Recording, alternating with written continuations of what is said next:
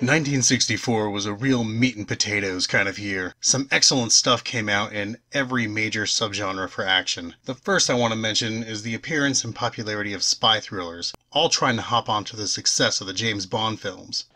As if I didn't have enough problems. OSS 117 Panic in Bangkok was the second film in the series to come out within 2 years, and what a difference a year makes. The previous film was more of an old school espionage thriller. While here the comparison with the 007 films becomes unavoidable. Kerwin Matthews returns as Agent OSS 117 in a film playing with the Dr. No formula.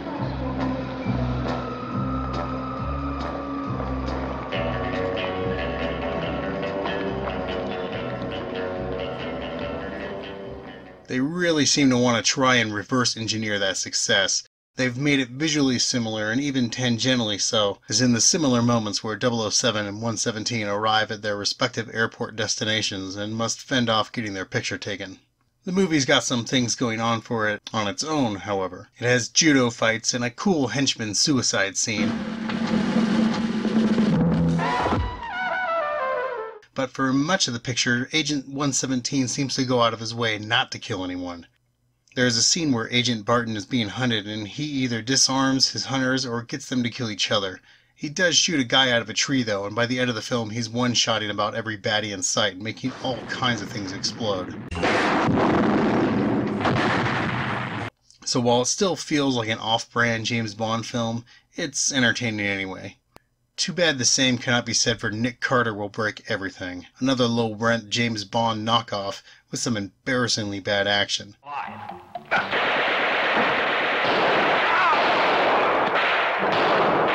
But the opening car bomb and ending shootout aren't too bad.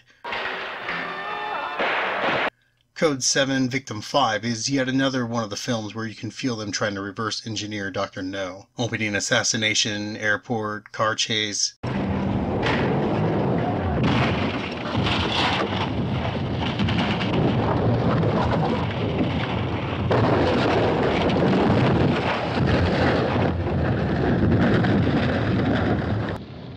I think they were on their way to a funeral. Bad breaks. You know the drill by now. Man talk. Now, the Bond films have a bit of a reputation for misogyny, but I would argue their sexism is light compared to films like this. Unfortunately, outside of the lion mauling, there is nothing much worth reporting about the action here. Similarly, there is Secret Agent FX-18, sometimes just called FX-18, or as my copy says, Agent Secret FX-18. This is the first of the FX-18 series of films, as you might expect, attempting to replicate the 007 success. After a fun fight near the beginning wherein there's a naked woman and 2 combatants destroying a set, it gets boring. Very boring. The movie is ultimately quite pedestrian, and indeed, it's almost an anti-action movie at times. When the bad guy flees the scene in the third act, our hero jumps on a motorbike. Just when you think there will be a chase scene, they all separately park and head off on foot. When the bad guy gets in a plane, the hero jumps onto a moving plane and then promptly climbs inside.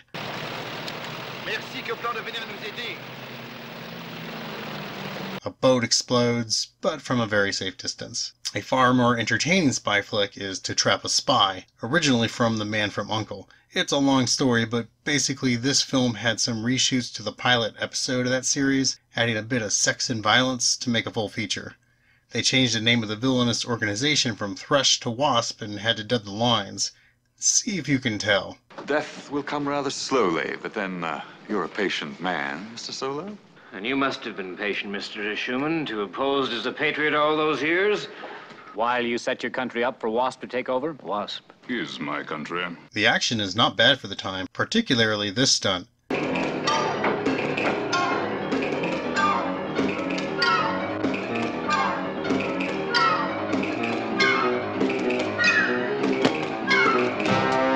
Might not look like much, but remember this very same type of stunt nearly killed Jackie Chan a couple decades later. Some of the set pieces are reminiscent of later action films like On Deadly Ground, though the action is naturally much more tame. Of the many films hopping onto the 007 success train, this one has far more of a natural connection, as it was partly written by Ian Fleming himself. There's also a small role for future henchman Richard Kiel, and a role for Luciana Paluzzi. who would later play a similar evil seductress in Thunderball. Since you are here, would you mind giving me something to put on?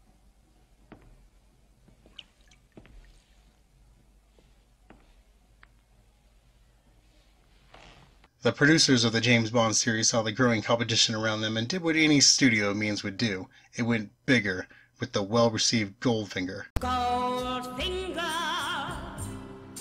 While there are large gunfights, car chases, and planes crashing and exploding, I have to admit my own surprise at not being particularly impressed with the action in Goldfinger. Even with the fun addition of a professional wrestler as the big bad henchman Oddjob, I just found myself unimpressed by the action. More expensive? Yes, but not even in my top 5 for the year. My favorite spy film of 1964, made in the wake of this 007 boom, is probably Copeland Takes a Risk, the second of the 2 Agent FX-18 Francis Copeland films to be released the same year. This one is in black and white, and while I prefer the overall look and style of Ken Clark's Copeland, Dominique Paturel's film is miles better. It helps considerably that Copeland Takes a Risk has its own look and feel, being shot in a very European style, and the action has more emphasis on being as true to life as possible. There is also just much more of it. The hand-to-hand here is accurate karate, including chops and excellent groundwork.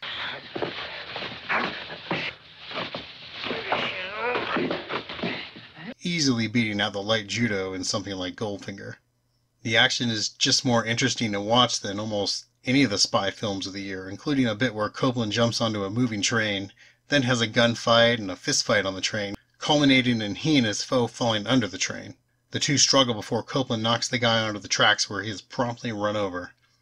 A fun gag in the series is that both films have moments where the female lead essentially saves the day.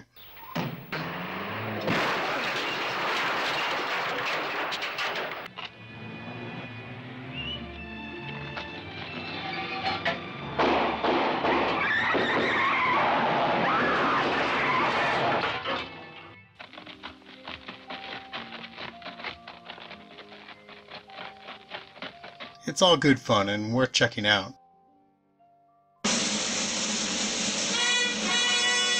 In Hong Kong, the film studio and producer duo Shaw Brothers put out a decent showing with Lady General Hua Mulan, a big epic costume drama about the famous Mulan. Ivy Ling Po is an excellent lead, and there are several decent fight scenes, but day for night photography and it ultimately being a musical keep it at arm's length for me.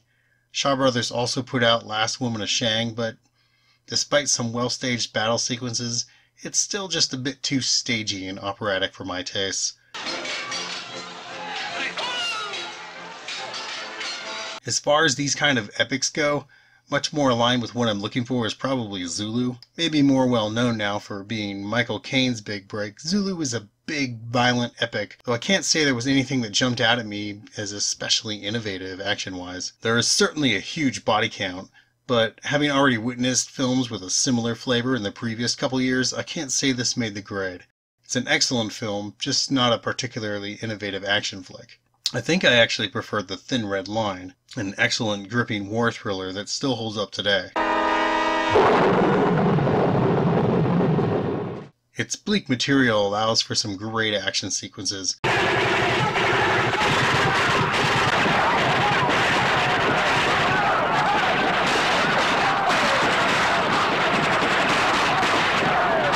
There are a ton of painful falls, with people bouncing off of branches and rock faces. The gunfights are brutal, often in close quarters, which really sells the violence, along with plenty of good squib work.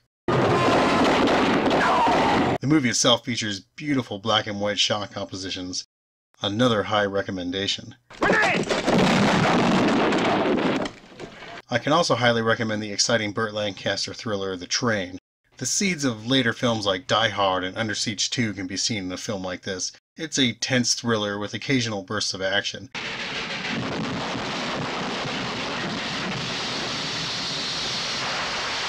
And while it doesn't make the top 5 for the year, it's probably my favorite film of 1964 overall. You feel a sense of excitement in just being near them? World War II continues to be a source for action stories well into the 60s.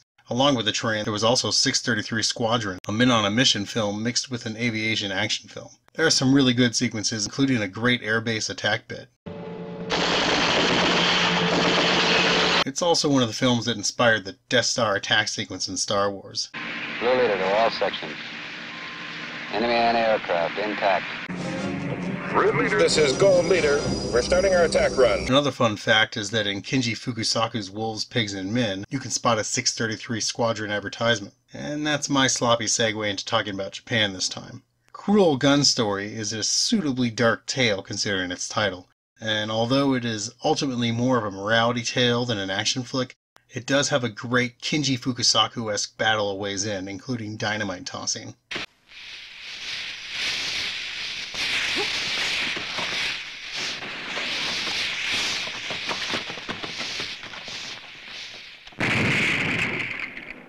An Outlaw is another good one.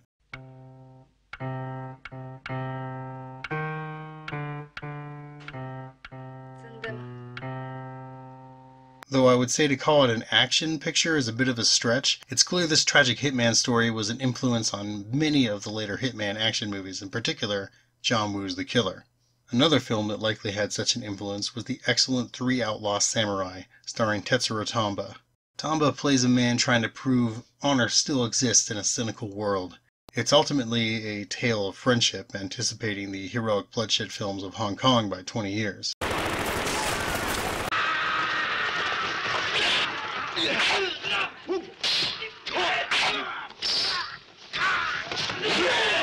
There was also the frankly wonderful but great Killing. Although more interest is shown in backroom political machinations than samurai action, it climaxes in a brutal assassination attempt that sees rabid, chaotic violence in the streets and frightening, gory close-quarters combat in alleyways and a nearby stream.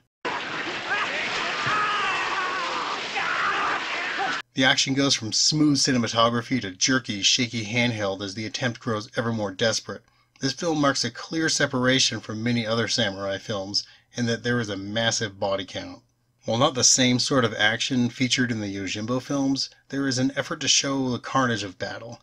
Innocent civilians are hurt or killed, rebels are surrounded and chopped apart, the dead float quietly in the foreground of a bloody stream, while the injured scream or crawl in the dirt in agony. Both Shintaro Katsu and Raizo Ishikawa continued their friendly rivalry, putting out multiple installments of their respective franchises, both to audience and critical praise, so it was natural for local studios to up the ante to compete.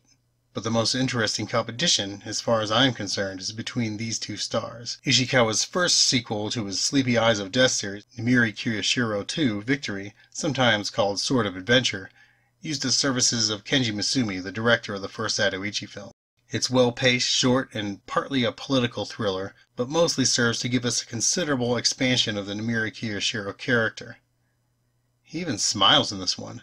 However, the fights are largely bloodless, and Ishikawa does not showcase much footwork here. The movie often cuts around action, probably to hide Ishikawa's own physical limitations. Still, this first sequel has a decent final big battle.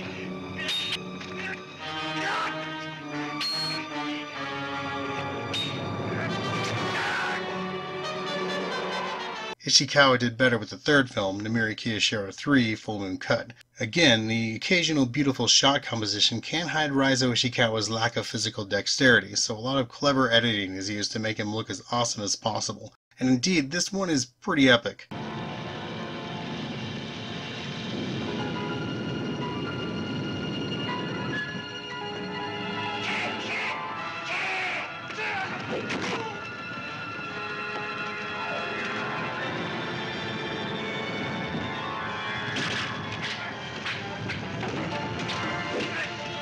I always love how these kinds of movies try and find new ways to kill their invincible heroes.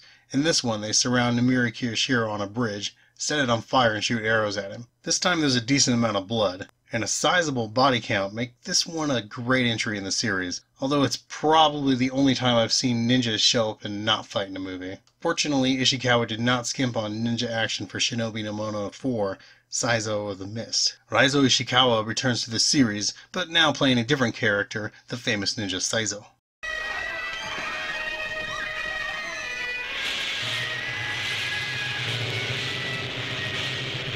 There's a great moment wherein a ninja attacks from the trees, swinging down on a rope, and is killed but his severed hands still cling to the rope. Actually, there's plenty of great ninja action here. Scaling castle walls, ziplining, stealthily killing foes. Eventually the film's backdrop of war comes to the forefront, and the movie ends in a massive battle.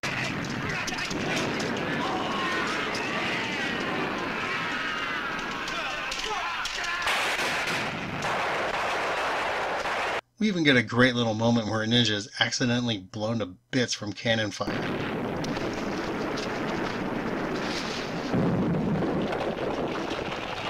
All in all, I'd have to say as much as the first few Shinobi no Mono movies are better shot and paced, I think I like the Miss Saizo character the best. By the time I watched Shinobi no Mono 5, Return of Miss Saizo, I was quite a fan. What's fun here is this one plays much more like a spy film than previous entries, which I think is appropriate. There's some atmospheric mist and lighting, some Mission Impossible style reveals, an attempted poisoning, and then a head-on convoy attack that's just exciting to see.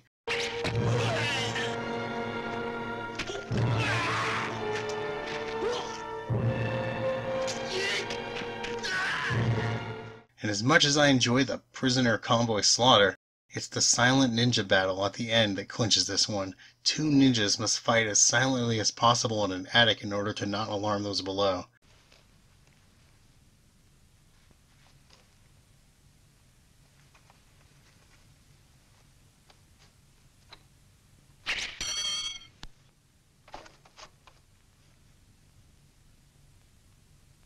It's just tense and accomplished very well.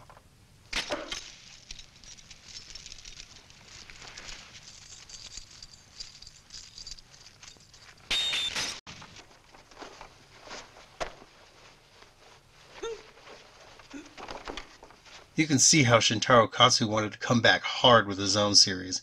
In the sixth Zatoichi film, The Chest of Gold, they once again rely on a strong performance from Katsu's brother Tomotsubiro Wakayama to give Ichi a credible threat. This time he appears almost unrecognizable, with a clean-shaven face, a facial scar, and his hair up in a bun. Their final duel is indeed epic, and one of the very few times in the series an opponent leaves Zatoichi in such a rough state.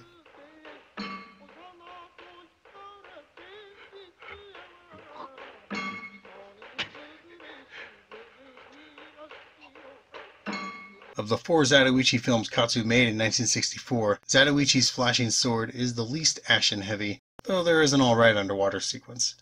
Probably the best bit from this one is the short sequence shot from above that plays like a precursor to Old Boy's hallway bit.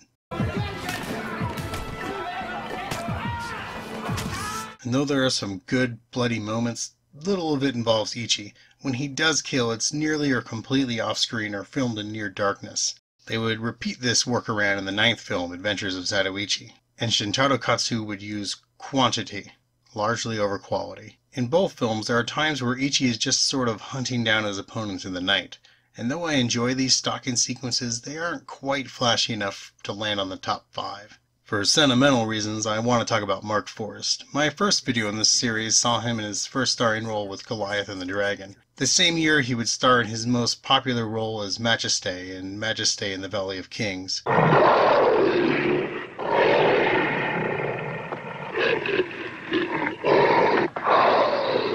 By 1964, Mark Forrest was already tiring of working in these Italian pictures, and it's no wonder why. He would appear in 5 films in 1964, but I'll just go through 3 to give you an idea. In Lion of Thebes, we get Forrest in an uninspired, low-rent Italian costume drama. I understand.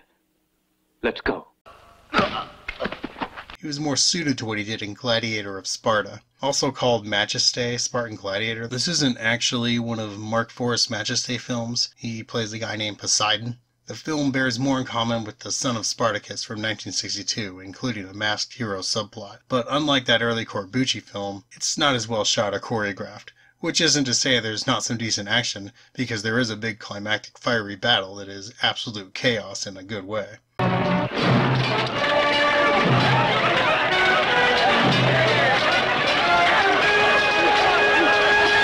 It's just not great. Majesté in Genghis Khan's Hell would be the final Mark Forrest Majesté film. At first it looks to be the biggest and most expensive yet, but is actually fairly boring with terrible choreography and an awful script to boot. It does feature a great villain death though, for a bad guy played by Agent FX-18 himself, Ken Clark.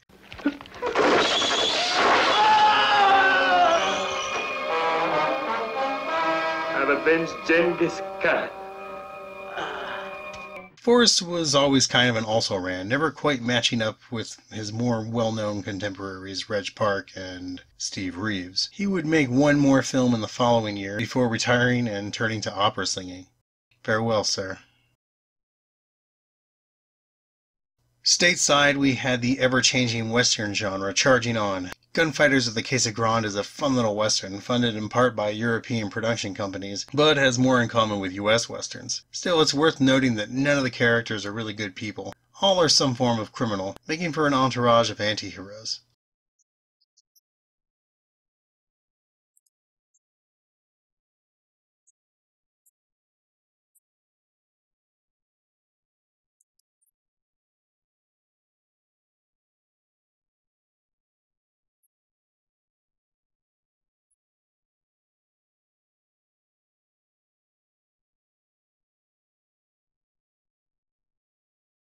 There are a few decent action scenes, including an excellent climactic battle featuring plenty of explosions and a huge body count.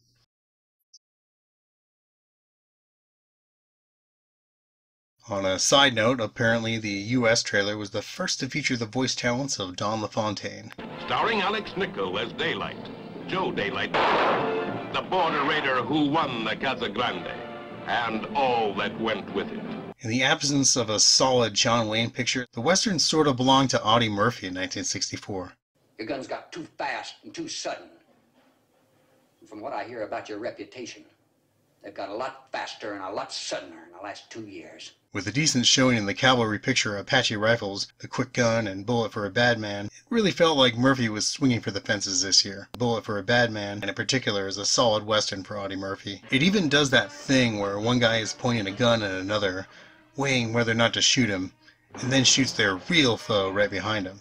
This is probably the first time that's ever used. The Quick Gun is another fairly decent action Western with lots of shooting and a big body count. There's a decent amount of close quarters gunfighting, and the villain is like an evil John Wayne. I'm Sheriff Wade. Sheriff! Well, by gravy if this ain't the night of nights. The sheriff himself coming out all alone to extend the hand of welcome. And speaking of first times, the Quick Gun is probably the first time I've ever seen that bit used wherein you hear the gunshot and assume it's from one gun, but it turns out it's from another gun rescuing the hero. This really was going to be Murphy's year. It maybe should have been, would have been, except it was also the year the Italian Western blew up. In addition to Leone's big break, there was Sergio Corbucci's Minnesota Clay, an excellent little Western from the Son of Spartacus director. Cameron Mitchell stars as the title character, a crackshot gunfighter trying to tie up his life's loose ends after escaping a prison camp. Clay's outside waiting for you. Swear it. Swear it. I swear, I swear, I swear. It's a violent Western with plenty of squibs, fake blood, and a big body count as well. They try to tie in a ticking clock narratively with Mitchell on the verge of losing his sight, which works to great effect in the final big showdown. But on to the year's top 5. Number 5. The Secret Invasion. Directed by Roger Corman, this is a men-on-a-mission film that clearly influenced The Dirty Dozen. The Secret Invasion is about convicts sent into the war on what appears to be a suicide mission in return for a pardon. It's a violent, down-and-dirty movie with a real standout performance by Henry Silva. There comes a point when they are all captured and Silva doesn't break. He just gets scarier. In fact, his performance as the mysterious hitman is my favorite in the entire movie. From eyeballing the Nazi officer and then faking a suicide attempt so he can escape,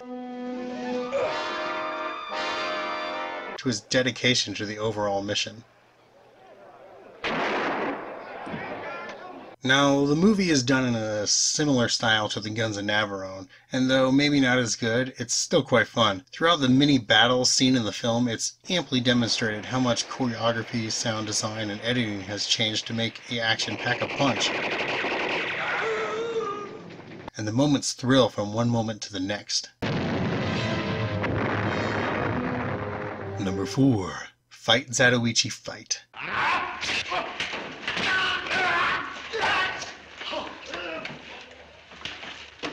The 8th film in the series is probably the fastest action in the entire series, with Ichi killing his foes with record speed in each confrontation. Shintaro Katsu has clearly perfected his technique by this point.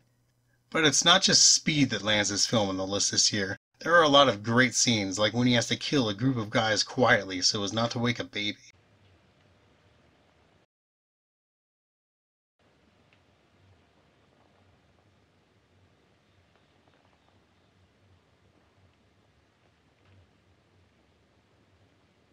There is a creativity to these scenes that borders on a comedy routine, and it's just a real pleasure to see in an action movie.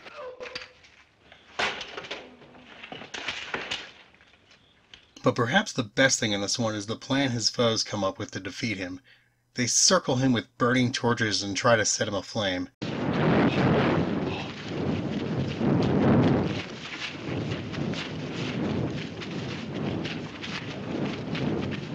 So you have a burning, smoking blind swordsman battling out with a dozen other guys in a furious rage. It's quite the spectacle.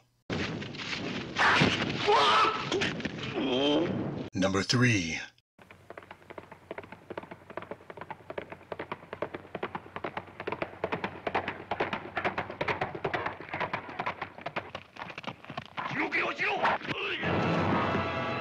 Yamiri Kiyashiro 4.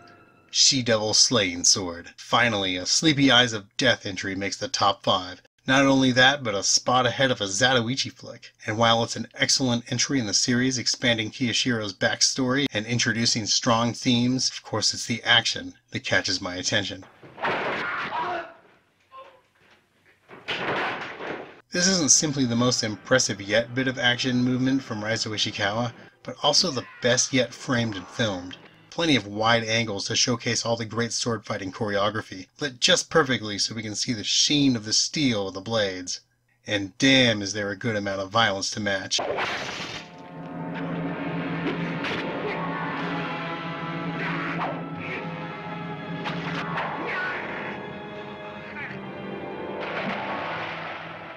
A missionary is decapitated, dozens are cut down, and there was blood for effect. Raizo Ishikawa is at his most badass here. Cynical and simply mean. Tamasaburo Wakayama also returns as Chen-sun, the Chinese boxer, and we get a great duel between them, Wakayama using a bow staff.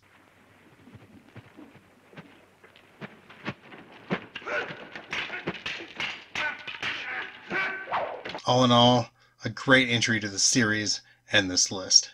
Number 2. Rio Conchos.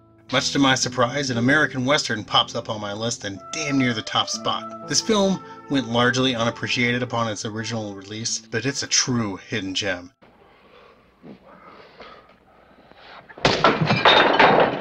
Now, I want you to listen to me. Real careful now, huh? Are you listening? This is the kind of movie that seems to come out of nowhere. Plot-wise, it bears some similarity to the CONCHOS, and there are some moments that kind of feel like The Searchers.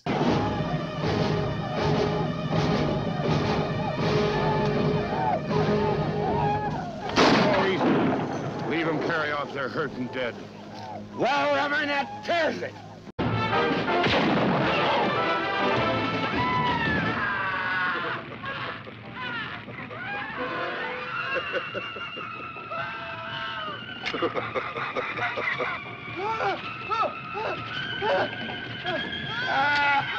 No!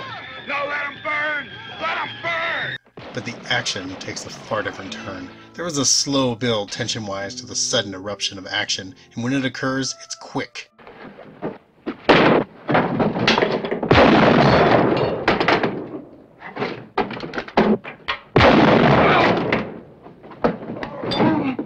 But not so quick as to be untrackable. Great care is exercised in maintaining a clear geography and sequence of events. We know where everyone is during these scenes and their function in each battle. Take this scene from about 25 minutes into the movie. Our group of protagonists find themselves slowly surrounded, with most of the characters back at a wagon. Hey, more big... Well, now, poof, and 5 men. 5 men come out of nowhere. As more foes begin appearing, including a man perched up on a high vantage point, the characters try to move to more advantageous positions before the guns start going off. We see the different foes, their weaponry, like that machete, and their relative positions to our main 4 characters. We get a sense of 6 total foes. Once the guns do begin firing, the first shot takes one man out, while another is dragged off his horse and stabbed. A third foe is shot from a horse and a knife is thrown into the fourth. And as the fourth man's horse drags him away, the knife is pulled back out. Our machete man makes his charge and is likewise taken out. And then it's the guy on the high vantage point. The action is just constructed in such a way that it's always a lead up to a new set piece. In fact, it's this action beat every so often that keeps you engaged throughout the picture. Because every character is a murky, mean son of a bitch, it's hard to know just who to root for outside of Jim Brown in his first film role, particularly in regards to Richard Boone's murderous protagonist. But it adds a level of moral ambiguity to the proceedings that I find welcome, as well as a great score by composer Jerry Goldsmith. The movie's climax is as wild and fun as it is preposterous. Plot-wise, the idea of a former Confederate soldier creating a new nation across the border seems like something out of an exploitation film from the next decade. But it works in this film and provides plenty of targets for the chaotic final action scene.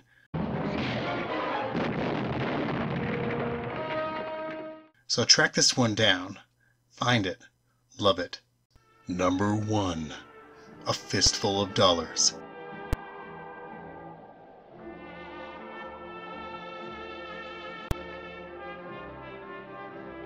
As has been said many times over, this wasn't the first so-called spaghetti western, but it was the one that blew the doors off. What this movie brings is similar to what the Bond films brought, a sense of style. And if I had to pinpoint an exact moment, it would be right before the first big shootout.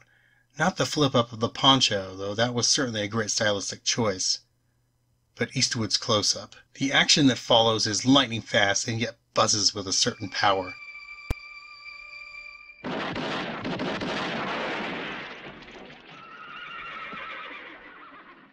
The camera angle is low, almost like we're seeing the action from the Man with No Name's gun itself.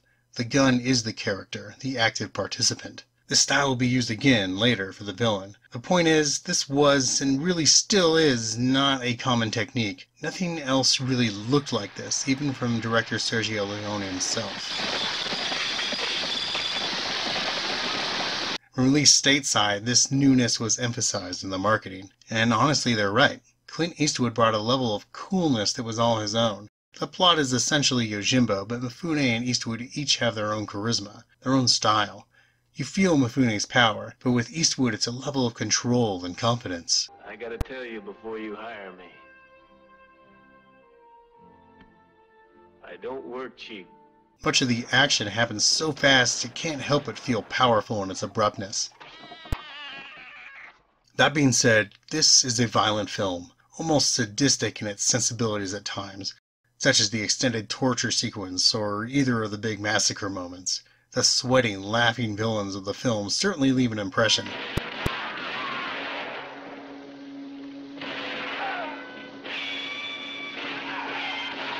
And you can't help but side with Eastwood's wandering gunman as he takes them on. Which is why, above all the crazy characters of the year, including a few excellent renditions of familiar ones, it is Clint Eastwood's iconic turn here as the man with only the vaguest of motivations. Why do you do this for us? Why? I knew someone like you once. There was no one there to help. Now get moving.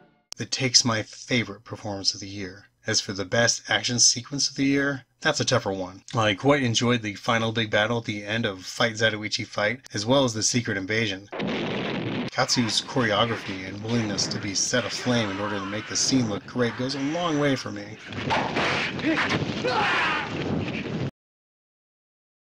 But there is just so much going on in the Secret Invasion's ending, it's a thrill as well.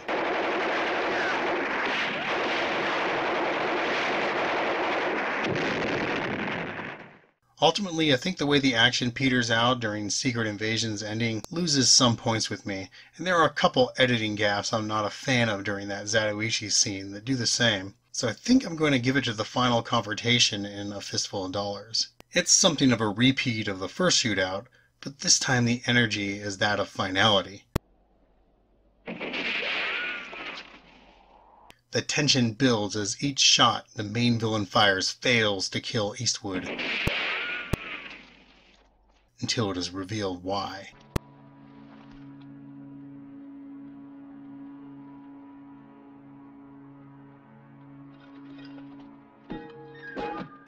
And then